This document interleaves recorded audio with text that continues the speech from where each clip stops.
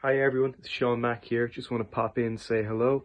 Hope you're all enjoying the podcast, and I apologise I can't be with you this week.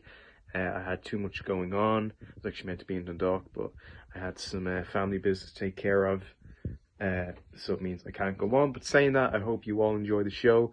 I hope to be able to see you soon, and I guarantee you that even despite my absence, and apparently Sean O's absence as well, so it's very Seanless. No Calvin presence on the pod this week. But I can assure you that the podcast will still be thoroughly enjoyable. I was asked, even though they knew I couldn't be on, if I could give my Mount Rushmore of heel wrestlers. And I'll be honest, I really don't like the Mount Rushmore question, because Mount Rushmore is only a couple of people, right? It's like 4 or 5 heads. I think it's 4. I hope it's 4, because I have four answers. So I had to think about it, and I've got my 4 for you. And if you agree with these, great. If you disagree with them, great. It's my opinion. Like, who cares? Opinions are like noses. Everyone has one. I have a blocked one right now. Number 1, I'm going to have to say, it's a basic one. I think pretty much everyone's going to have this. But the reason everyone has it is because he's that good. Nature Boy, Ric Flair. I mean, the stuff that man would do, he was so arrogant. But the worst thing is, he was so good. He could back it up all the time. Incredible matches, incredible moments as the Nature Boy Ric Flair, and I think he's a pretty dead set to be on that list. Number 2 is more modern, but it has to be Tommaso Ciampa. That heel turn against Gargano was probably the best ever, one of the best ever. So well executed. The matches they had were legendary, and he came out one time with no music, just booze. That's insatiable. And things he did, it wasn't like naughty, like, oh, he's cheating, did this. Like, it was genuinely despicable, some stuff. I remember he took off Johnny Gargano's wedding ring and threw it, and he was just really devilish. Like, I genuinely hated him. I wanted him to lose every single time, and unfortunately, just like Ric Flair, he never did.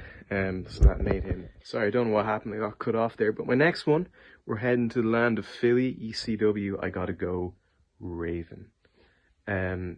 Raven was not just a great heel, but an incredible character. I think his character work is among probably the best in the industry ever. It's hard. I could pick a few moments, but there's one that really stands out to me that shows just how sick and despicable he was, and that was when he brainwashed Sandman's son to join him. He took Sandman's son away from him. This isn't just someone who beat someone up or cost someone the title shot. Like, he literally fractured his family and his life as a whole. And also the stuff he did with Tommy Dreamer and stuff he did to Beatle McGillicuddy was also not something he'd put on the CV. So Raven is absolutely... The final one has got to be CM Punk. Now, you know I'm a huge John Cena fan if you've tuned into the podcast or if you've met me in real life. And the thing is, John Cena is a great hero, but every hero needs a foil, a villain, a bad guy, someone who's there to try to ruin that. And that's where CM Punk came in. For me, anyway, when I was a kid, I just thought he was an arsehole. But now looking back, when you see some of the heel stuff he did with Ring of Honor, and even like the stuff he did in AEW was absolutely incredible.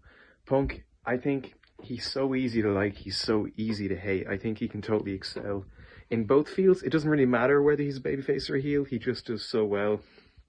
And it took me a few years to warm up to him. And even after all those years, I still don't know if I totally forgive him for what he did to John Cena and what he did to Jeff Hardy. Especially to Jeff Hardy, now that I think about it. Like, John Cena, he just beat him for a title.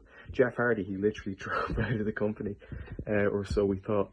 But those are my top 4 heels. I think Mount Rushmore's 4. If there's 5, let me think. Let's do really quick on 5. If there's 5, Chris Jericho, incredible.